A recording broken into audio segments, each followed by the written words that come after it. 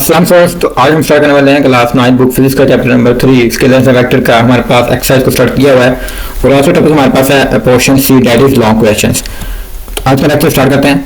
तो first of all हमारे पास question में 1 है, हमारे पास है जी define scalar and vector quantities. Scalars और वेक्टर क्वांटिटी को डिफाइन करना है। Create table and list 5 examples of each. हमने एक टेबल क्रिएट करना है, मतलब ईच कैटेगरी का हमने 5 एग्जांपल्स लेनी है और इनको एक्सप्लेन करना है। Explain why they fall under scalar and vector categories, और बताना ये क्यों जो है वो स्केलर है या वेक्टर है। Illustrate with diagram how vectors can be represented graphically, और हमें बताना है कि जो वेक्टर्स हैं हम किस तरह से ग्राफिकली रिप्रेजेंट करते हैं। तो इस क्वेश्चन को हम देखते हैं। तो फर्स्ट ऑफ ऑल हम देखते हैं जी व्हाट इज स्केलर। तो as we know that scalar हमारे पास वो फिजिकल क्वांटिटी जो सिर्फ और सिर्फ मैग्नीट्यूड को रिप्रेजेंट करें, वो हमारे पास क्या होगी, स्केलर क्वांटिटी होंगी। तो scalar quantities are quantities that have only magnitude, जिनके पास सिर्फ और सिर्फ मैग्नीट्यूड हो, वो हमारे पास क्या होंगी जी, स्केलर क्वांटिटी होगी। They do not need direction associated with it, तो इनको जो है अपने साथ डायरेक्शन की जरूरत नहीं होती, तो ये हमारे पास क्या है जी, एक स्केलर क्वांटिटी है। अब इसकी एग्जांपल्स देखते हैं। तो एग्जांपल में सबसे पहले हमारे पास है मैथ। तो मैथ हमारे पास क्या होता है, किसी मैटर में, ऑब्जेक्ट में मौजूद जो मैटर है वो कितना है, वो हमारे पास क्या होता है जी, उसका मैथ होता है। जैसे यहाँ पे लिखा हुआ है the amount of matter in object is known as matter mass. तो देखो वो क्या है, अमाउंट, सिर्फ पूरी बात हो रही है हमारे अमाउंट की, वहाँ पे डायरेक्शन साथ नहीं आ रही, तो that is why it is a scalar quantity. जैसे हमारे पास क्या है 5 kg, तो 5 kg बता रहा है how much quantity of matter in an object, कि 5 किलो जो है वो मैटर का किसका, उस ऑब्जेक्ट के अंदर है। तो वो क्या है, सिर्फ मैग्नीट्यूड, तो सिर्फ इसलिए हमारे पास क्या है, स्केलर क्वांटिटी है। नंबर 2 पे टेम्परेचर। अब टेम्परेचर हमारे पास क्या होती है, तो टेम्परेचर आती है degree of hotness and coldness, यानी कोई चीज जो है वो कितनी गर्म है या ठंडी है। तो बताया हाउ मच, मतलब डायरेक्शन की बात नहीं हो रही है यहाँ पर, इसलिए हमारे पास क्या है, स्केलर क्वांटिटी। जैसे हमारे पास 25 डिग्री सेल्सियस मैंने कहा टेम्परेचर करना है, तो 25 डिग्री सेल्सियस है, तो हाउ मच है, नॉट विद डायरेक्शन, तो that is why it is a scalar quantity. तो कहते हैं मेजर ऑफ हाउ हॉट और कोल्ड समथिंग, कोई चीज जो है वो कितनी गर्म या ठंडी है, तो ये हमारे पास क्या है, स्केलर क्वांटिटी है। Next is time. अब टाइम जो है, टाइम होता है हमारे पास ड्यूरेशन होता है, लाइक किसी भी फंक्शन करना हो, जैसे मैं कह रहा हूँ कि मेरे पास इस बॉल को जाने के लिए, इसे यहाँ पे जाने के लिए 3 सेकंड लगे, तो ये ड्यूरेशन टाइम हम कहते हैं duration, how much time, how much period to do a function, किसी फंक्शन को करने के लिए जो पीरियड लगा, ड्यूरेशन लगी, वो कितनी है, हाउ मच, कहाँ पर लगी, उससे उसका ताल्लुक नहीं है, तो that is why it is a scalar quantity, क्योंकि ये बात तो कर रहा है सिर्फ और सिर्फ उसके मैग्नीट्यूड की। तो the duration of an event is known as time, और ये हमारे पास क्या स्केलर क्वांटिटी है। और जैसे कि 3 आवर्स 3 घंटे लगे इवेंट को, ठीक है, कहाँ लगे उसका ताल्लुक इसे नहीं है। नेक्स्ट है हमारे पास डिस्टेंस। अब डिस्टेंस हमारे पास कहते हैं लेंथ होती है, जो बात करो हाउ मच लेंथ, कहाँ पर है, उससे उसका ताल्लुक नहीं है, यानी डायरेक्शन नहीं है, तो वो क्या है, स्केलर क्वांटिटी है। द लेंथ बिटवीन 2 पॉइंट्स, दो लेंथ कितना, यानी लेंथ है, तो ये हमारे पास कितनी है, ये उसने कहा जैसे कि 10 किलोमीटर है, तो वो कहाँ पर है, उसकी डायरेक्शन क्या है, उससे उसका ताल्लुक नहीं है, इसलिए हमारे पास क्या है, स्केलर क्वांटिटी है। नेक्स्ट है स्पीड। स्पीड हमारे पास क्या होती है, स्पीड हमारे पास होती है कि कोई जो डिस्टेंस कवर किया उसने, ये वाला, उसका रेट कितनी देर में किया उसने। तो जैसे हम कहते हैं 5 किलोमीटर पर आवर, ठीक है, मतलब 50 किलोमीटर उसने किया 1 घंटे के अंदर, तो कहाँ पर गया, किस डायरेक्शन में गया, उससे उसका ताल्लुक नहीं होता। जैसे गाड़ी की जो स्पीड होती है, हम कहते हैं 20 की स्पीड, 30 स्पीड, तो उसकी स्पीड है इवेंट को जो है पास आउट करने की, ठीक है, कोई फंक्शन को परफॉर्म करने की, बट वहां पे उसका डायरेक्शन से ताल्लुक नहीं होता। That is why speed is a scalar quantity. जैसे हमारे पास है जी 50 किलोमीटर पर आवर, तो बता रहा है how much quantity, not its direction, तो that is why it is a scalar quantity. तो आई होप आपको स्केलर क्वांटिटी की जो है समझ आ गई होगी। नेक्स्ट हम चलते हैं जी वेक्टर क्वांटिटी की तरफ। अब वेक्टर क्वांटिटी क्या होती है, are the quantities that have both magnitude and direction, जिसके पास क्या हो, डायरेक्शन भी हो, साथ में मैग्नीट्यूड के साथ साथ डायरेक्शन भी हो। They can be represented by an arrow, arrow के साथ हम रिप्रेजेंट करते हैं, where the length of the arrow represent the magnitude and the direction of the arrow represented the indicates the direction. तो हम लोग इनको जो है वेक्टर से रिप्रेजेंट करते हैं, और ये जो हमारे पास होता है ये लेंथ जो है ये मैग्नीट्यूड रिप्रेजेंट करती है, लाइक दिस 5 न्यूटन बात की हमने, और ये जो इसकी डायरेक्शन की बात करी, जो फोर्स है वो किस डायरेक्शन में लग रही है, लाइक दिस, ठीक है। अब इसकी एग्जांपल देख लेते हैं हम लोग। फर्स्ट ऑफ ऑल हमारे पास एग्जांपल है जी फोर्स की। तो फोर्स देखो हमारे पास डेफिनेशन होती है, force is a push and pull on object. तो देखो जब हम किसी ऑब्जेक्ट पर पुश करेंगे या फिर पुल करेंगे, ठीक है, पुश करेंगे यहाँ से पुल करेंगे तो किसी डायरेक्शन में करेंगे, तो जब डायरेक्शन में करेंगे तो वो क्या होगी, वेक्टर क्वांटिटी। तो that is why force is a vector quantity. जैसे एग्जांपल देखिए 10 newton force to the right की तरफ लग रही है, तो हमारे पास क्या है जी, एक वेक्टर क्वांटिटी है। वेलोसिटी, अब जो स्पीड हमारी चेंज हो रही थी ना, स्पीड, हम स्पीड की बात करें, जो इवेंट हो रहा है, परफॉर्म हो रहा है, वो लोग किसी डायरेक्शन के साथ हो रहा हो, है ना, जो हम कह रहे थे हम rate of change of state, speed change कर रहा है ना अपनी बॉडी, जब वो किसी डायरेक्शन के साथ होता है ना तो हमारे पास वो वेलोसिटी बन जाती है। यानी स्पीड जब डायरेक्शन के साथ होगी वो क्या होगी, वेलोसिटी होगी। ठीक है, ये आपने इसको कंपैरिजन याद रखना है कि हमारे पास जो स्पीड होती है जब वो डायरेक्शन के साथ हम रिप्रेजेंट करेंगे तो वो क्या बन जाएगी, वेलोसिटी।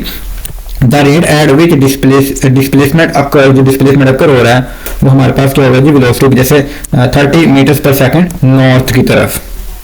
ठीक है, अब एक्सेलरेशन कहते हैं जब आपकी स्पीड चेंज होती है, यानी आपकी वेलोसिटी में वेरिएशन आई तो वो क्या बन जाता है आपका एक्सेलरेशन, क्योंकि वेलोसिटी डायरेक्शन के साथ है, चेंज हो रही है तो वो क्या है, एक्सेलरेशन है ना। तो किसके साथ हो रही थी, डायरेक्शन के साथ, तो एग्जैक्टली बात है आपका एक्सेलरेशन भी क्या होगा, वेक्टर होगा।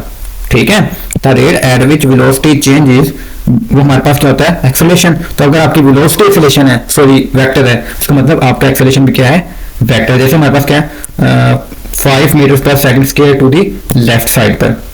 ठीक है, मतलब लेफ्ट साइड पर वो चेंज हो रही है आपकी स्पीड। लाइक अपने ब्रेक अप्लाई की, सडनली आपने जो है वो टर्न आउट किया गाड़ी को, तो उससे आपकी जो गाड़ी की स्पीड थी वो चेंज हो गई, है ना, क्योंकि डायरेक्शन के साथ चेंज हो रही है, यानी वेलोसिटी चेंज हो रही है यहाँ पर, तो वो क्या होगा, एक्सेलरेशन कहलाएगा। जब आपकी वेलोसिटी चेंज होती है तो वो एक्सेलरेशन कहलाता है। ठीक है, नेक्स्ट हमारे पास है डिस्प्लेसमेंट।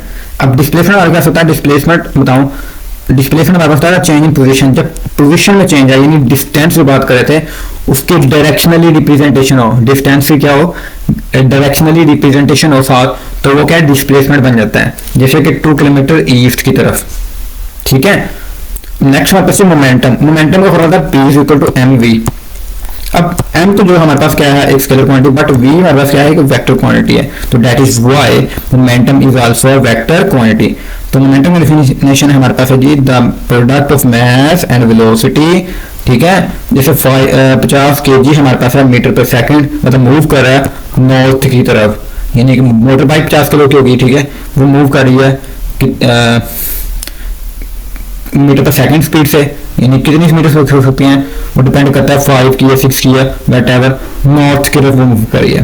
तो इन शॉर्ट हमें समझ आ गई कि ऐसी तमाम फिजिकल क्वांटिटीज जो डायरेक्शनली रिप्रेजेंटेशन दे मैग्नीट्यूड के साथ साथ, वो हमारे पास क्या होती है, वेक्टर क्वांटिटी होती है। और जो डायरेक्शनली परफॉर्मेंस ना दे आपको, उसकी जो वैल्यू है और सिर्फ मैग्नीट्यूड दे, वो हमारे पास क्या होती है, स्केलर होती हैं। अब यहाँ पर जो कुछ कंपैरिजन होता है, जैसे कि लाइक डिस्टेंस आपका डिस्प्लेसमेंट में चेंज हो रहा है, स्पीड आपकी वेलोसिटी के में चेंज हो रही है। ठीक है, स्पीड में वेरिएशन आ रही है तो वो एक्सेलरेशन बन जाता है, और अब वेलोसिटी के साथ मास आ जाए मोमेंटम बन जाता है। ठीक है, नेक्स्ट क्वेश्चन हमारे पास, इस क्वेश्चन करते हैं ग्राफिकल रिप्रेजेंटेशन हम किस तरह से करते हैं। तो vectors can represented graphically using arrows, जिसमें पहले बताया आप लोगों को इस क्वेश्चन के अंदर कि हम एरो को रिप्रेजेंटेशन करते हैं। The length of the arrow represent the magnitude, जो लेंथ होती है वेक्टर की वो हमारे पास किस सोर्स यूज करिए, उसके मैग्नीट्यूड का, लाइक मैंने कहा 5 न्यूटन फोर्स की बात की। And the direction of the arrow represent the direction of the vector, और जो उसका एरो होता है वो रिप्रेजेंट कर रहा होता है उसकी डायरेक्शन को। अब यहाँ पर एक और चीज आता है, tail of the arrow represent the initial point, जिसकी जो टेल होती है वो वेक्टर के इनिशियल पॉइंट, यानी कि जहां से वो स्टार्ट हो रहा है उसको शो कर रहा होता है। And the head of the arrow, जो हेड होता है एरो का, वो शो कर रहा होता है उसके टर्मिनल पॉइंट को, जिसे हम टर्मिनल पॉइंट कहते हैं। तो आई होप आपको जो कंसेप्ट क्लियर हो चुका होगा कि हमारे पास स्केलर क्वांटिटी क्या होती है, स्केलर क्वांटिटी की डेफिनेशन हमारे पास क्या थी, उसकी एग्जांपल मैंने देखी मैथ वाली, टेम्परेचर वाली, टाइम, डिस्टेंस एंड स्पीड। उसके बाद हमने देखा force, velocity, acceleration, displacement, momentum are the examples of vector quantity. और एट द एंड हमने इस क्वेश्चन में देखा कि how to represent vector graphically. ठीक है, तो नेक्स्ट क्वेश्चन नंबर 2 हमारे पास जी। क्वेश्चन नंबर 2 में हमसे कहता है जी, describe how to determine the resultant of 2 vectors, कि हम हमारे पास 2 वेक्टर्स और उनका रिजल्टेंट कैसे फाइंड कर सकते हैं। When they are at right angle, जब आपस में क्या हो, राइट एंगल में हो, ईच एंगल में। And also discuss how to find the direction of the resultant by measuring its angle. तो हम किस तरह से जो है उसका रिजल्टेंट को जो एंगल उसको डायरेक्शन को फाइंड कर सकते हैं, बाय मेजरिंग इट्स एंगल। जो फ्रेम ऑफ रेफरेंस हम कह रहे हैं, रेफरेंस साइंस है, यानी जो थीटा है वो किस तरह से फाइंड कर सकते हैं हम लोग। नंबर 1 में हमने फाइंड करना है कि हम लोग किस तरह से किसी वैल्यू का फाइंड कर सकते हैं आर, और दूसरे नंबर पे थीटा। तो फर्स्ट ऑफ ऑल हम चलते हैं अपने एग्जांपल की तरफ। हमने डिटेल के साथ डिस्कस किया हुआ पहले कि यूजिंग पाइथागोरस थ्योरम हम लोग जो है वो ट्रायंगल पहले ड्रा करेंगे, ठीक है, और वहां पे रूल लगेगा हेड टू टेल रूल के अकॉर्डिंगली हम ऐड करेंगे उनको जो वेक्टर्स हैं और उनका रिजल्टेंट फाइंड करेंगे। वहां पे हमारे पास पाइथागोरस थ्योरम लगेगा, हाइपोटेन्यूज का स्क्वायर बराबर होता है बेस का स्क्वायर प्लस एल्टीट्यूड का स्क्वायर, जिस आर स्क्वायर बराबर ए का स्क्वायर प्लस बी का स्क्वायर, जहां जैसे यहाँ पे लिखाया जा रहा है, और इसी को यूज करते हुए हम यहाँ पे आर की वैल्यू निकालेंगे। और थीटा का फॉर्मूला हमारे पास क्या होता है जी, tan थीटा बराबर होता है जी परपेंडिकुलर बेस, तो थीटा बराबर हो जाएगा tan inverse perpendicular over base के बराबर, जिसे हम लोग जो है सिंपली ऑपोजिट ओवर एडजस्ट भी लिखते हैं जैसे कि यहाँ पर दिखाया जा रहा है। तो जो टॉपिक का क्वेश्चन उसको हम देखते हैं अब जाकर, ठीक है। तो जैसे कि यहाँ पे लिखा हुआ जी, when two vectors are at right angle to each other they forms a right angle triangle। जब हमारे पास दो वेक्टर्स होंगे और उनके दरमियान जो एंगल है वो राइट एंगल यानी 90 का एंगल है, तो हमारे पास जो ट्राइंगल बनेगी वो क्या बनेगी, राइट एंगल ट्राइंगल बनेगी। जैसे अगर मैं यहाँ पर बनाऊँ तो मेरे पास कुछ यूं बनेगी, तो ये मेरे पास पहला आ गया वेक्टर और ये मेरे पास दूसरा वेक्टर आ गया। अगर इनके दरमियान जो एंगल क्या है 90 का एंगल है, तो इसका अगर रिजल्टेंट फाइंड करूंगा तो मेरे पास ये क्या बन रही है, एक राइट एंगल ट्राइंगल बन रही है ना। तो इसलिए हमारे पास क्या है, एक राइट एंगल ट्राइंगल है। The resultant of vector which represented the combination effect of the two vectors, वो रिजल्टेंट जो कि हमारे पास कॉम्बिनेशन शो कर रहा है किन का, इस वेक्टर का और इस वेक्टर का, is hypotenuse of the triangle. तो ये हमारे पास हाइपोटेनियस होगा जिसे हम आर का नाम दे रहे हैं। तो हाइपोटेनियस के बराबर किसका होता है, बेस स्क्वायर प्लस एल्टीट्यूड का स्क्वायर। यानी अगर इसको मैं नाम दूं ए का और दूसरी को मैं नाम दूं बी का, तो मेरे पास जो आंसर आएगा वो बराबर आएगा आर स्क्वायर बराबर आएगा ए का स्क्वायर प्लस बी का स्क्वायर, ठीक है। अब हम लोग मैग्नीट्यूड कैसे रिप्रेजेंट करते हैं, पाइथागोरस से मैंने बताया अभी, क्या हाइपोटेनियस के बराबर किसका होता है, बेस का स्क्वायर प्लस एल्टीट्यूड का स्क्वायर। इसलिए हम लोग उसे जनरली बताते हैं कि हमारे पास आर जो होता है वो हाइपोटेनियस का हम रिप्रेजेंट कर रहा होता है। ए वाला वेक्टर हमारे पास बेस को और हमारे पास बी वेक्टर जो है वो किसको रिप्रेजेंट कर रहा होता है, परपेंडिकुलर को। इसलिए फॉर्मूला रहता है आर का स्क्वायर बराबर होता है ए का स्क्वायर प्लस बी का स्क्वायर। तो हमारे पास आ जाएगी जी Pythagoras theorem is cornerstone of finding the magnitude of the resultant vector and it state that is right angle triangle, ठीक है। तो हमारे पास जो उसका पाइथागोरस थ्योरम होता है वो हम बताता है किस चीज को, उसके मैग्नीट्यूड को किसके, रिजल्टेंट वेक्टर आर के। तो आर फाइंड करने के लिए हमारे पास क्या यूज होता है, पाइथागोरस थ्योरम यूज होता है। The square of the hypotenuse is equal to the sum of the square of the other sides। तो जो हमारे पास रिजल्टेंट होता है वो किसके, उसका स्क्वायर बराबर किसके होता है, जो दूसरी साइड्स हैं उनके मैग्नीट्यूड के स्क्वायर के। जैसे हमारे पास ए था तो ए का स्क्वायर प्लस बी का स्क्वायर। तो मैथमेटिकली हम कुछ कैसे लिखेंगे इसे, if two vector are A and B, अगर हमारे पास जो वेक्टर्स हैं वो ए एंड बी हो तो रिजल्टेंट क्या आएगा, आर का स्क्वायर बराबर आएगा ए का स्क्वायर प्लस बी का स्क्वायर। अब हम बात की कि हम लोग इसका मैग्नीट्यूड कैसे फाइंड कर सकते हैं, क्योंकि हमें फाइंड करना आर, तो हमने आर की जगह क्या इसका ले लिया, स्क्वायर रूट ले लिया। To find the magnitude of the resultant taking the square root on both side. हम बोथ साइड पे चलेंगे स्क्वायर रूट लेंगे, तो यहाँ पे आर स्क्वायर से स्क्वायर रूट कट जाएगा, तो आर बराबर आ जाएगा square root into A square plus B का स्क्वायर। तो इसको यूज करते हुए हम लोग अपनी जो आर की वैल्यूज को फाइंड आउट कर सकते हैं। नेक्स्ट हमारे पास क्वेश्चन था कि किस तरह से डायरेक्शन फाइंड कर सकते हैं। तो डायरेक्शन को फाइंड करने के लिए थीटा था रिजल्टेंट का, उसके लिए हमारे पास क्या होता है जी, ट्रिग्नोमेट्री यूज होती है। तो trigonometry is used to find angle between the resultant vector and the reference line. तो हम लोग जो है ट्रिग्नोमेट्रिक फंक्शंस को यूज करते हुए जो है उसको फाइंड कर सकते हैं, उस एंगल को जो हमारे पास किसमें, रिजल्टेंट और रेफरेंस लाइन के दरमियान मौजूद है। कौन सा एंगल, दिस एंगल जो मैं बताऊं आपको, यहाँ पर मौजूद जो एंगल है यहाँ पर, ठीक है, इस जगह पर जो एंगल है जिसको हम फाइंड आउट कर सकते हैं, ठीक है। अब हमारे पास वो टेंजेंट एंगल फंक्शन का होता है, tangent angle function is between its opposite side perpendicular over base. यानी हमारे पास सिंपल बात कर रहा है वो tan थीटा की बात कर रहे हैं यहाँ पे, जो कहता है हमारे पास ऑपोजिट यानी परपेंडिकुलर ओवर बेस पे।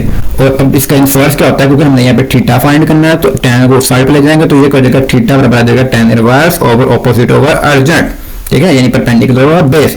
तो आप इसको चेंज आउट कर सकते हैं परपेंडिकुलर ओवर बेस की फॉर्म में। अब इसको समझने के लिए हम लोग क्या करते हैं, एग्जांपल लेते हैं। जैसे कि हमारे पास 2 वेक्टर्स थे, एक का वैल्यू 3 है और बी का वैल्यू क्या है 4। ठीक है, फर्स्ट ऑफ ऑल हमने क्या करना है, आर फाइंड करना। तो क्या होता है, square root into A square plus B का स्क्वायर आएगा, तो 3 का स्क्वायर आएगा प्लस 4 का स्क्वायर आ गया और उसका स्क्वायर रूट आ गया, तो ये 9 बन गया, ये 16 बन गया। उसका स्क्वायर रूट लेना है तो इन दोनों को पहले प्लस किया तो 25 आ गया, उसका स्क्वायर रूट लिया तो 5 आ गया। तो आर हमारे पास किस बराबर आ गया जी, 5 के बराबर आ गया। ठीक है, अब डायरेक्शन फाइंड के लिए हमारे पास क्या था जी, फॉर्मूला था थीटा बराबर है tan inverse perpendicular over base, तो 4/3। जब हमने इसे सोल्व आउट किया तो हमारे पास क्या आ गई 53.13 आ गया। तो इस तरह से हमने जो है निकाली अपनी वैल्यूज किसकी, रिजल्टेंट वेक्टर की और थीटा एंगल की। रिजल्टेंट थीटा एंगल के जो हमारे पास था किनके में, रिजल्टेंट वेक्टर के और रेफरेंस लाइन के। तो इस तरह से जो है हम लोग अपने जो वैल्यूज हैं, न्यूमेरिकल वैल्यूज, उनको सॉल्व आउट करते हैं। तो आई होप आपको क्वेश्चन नंबर 2 का जो डाउट था, कंसेप्ट था, वो समझ आ गया होगा। फिर भी किसी को सवाल हो, क्वेरी हो तो आप जाकर कमेंट सेक्शन में जाकर पूछ सकते हैं। तो ये था आज का लेक्चर जिसमें हमने क्वेश्चन नंबर 1 में देखना था हमारे पास स्केलर और वेक्टर क्वांटिटीज क्या होती है, उनकी एग्जांपल और हाउ टू रिप्रेजेंट सब वेक्टर इन ग्राफिकली। और नंबर 2 पे हमें देखना था कि हम लोग वेक्टर एडिशंस कैसे करते हैं। तो हमने देखा कि हम पाइथागोरस थ्योरम को यूज करते हुए वहां पर head to tail rule apply करते हैं और ग्राफिकली सिंबॉलिकली से जो है ग्राफिकली उसको रिप्रेजेंट करवाते हैं और उसी को यूज करते हुए पाइथागोरस थ्योरम अप्लाई करते हैं। और वहां पर हमारे पास जो फॉर्मूला लगता है हमारे पास क्या है जी, आर बराबर होता है जिसके root of a square plus b square के, और थीटा बराबर इसके होता है परपेंडिकुलर, थीटा बराबर tan inverse perpendicular over base के। और हम लोग उनकी जो वैल्यूज रिक्वायर्ड है वो वैल्यू पुट करेंगे और हमारा आंसर निकल आएगा। तो ये था आज का लेक्चर। फिर भी किसी को डाउट हो, क्वेश्चन हो, क्यूरी हो तो कमेंट सेक्शन में जाकर पूछ सकते हैं। हमारी हमेशा कोशिश होती है आपके लिए जो है बेस्ट से बेस्ट वीडियो लेक्चर लेके आए। इसके लिए पीडीएफ नोट्स है, उसको जो लिंक है आपको वीडियो डिस्क्रिप्शन के अंदर मिल जाएगा। तो आज के लिए इजाजत दीजिए, अल्लाह हाफिज।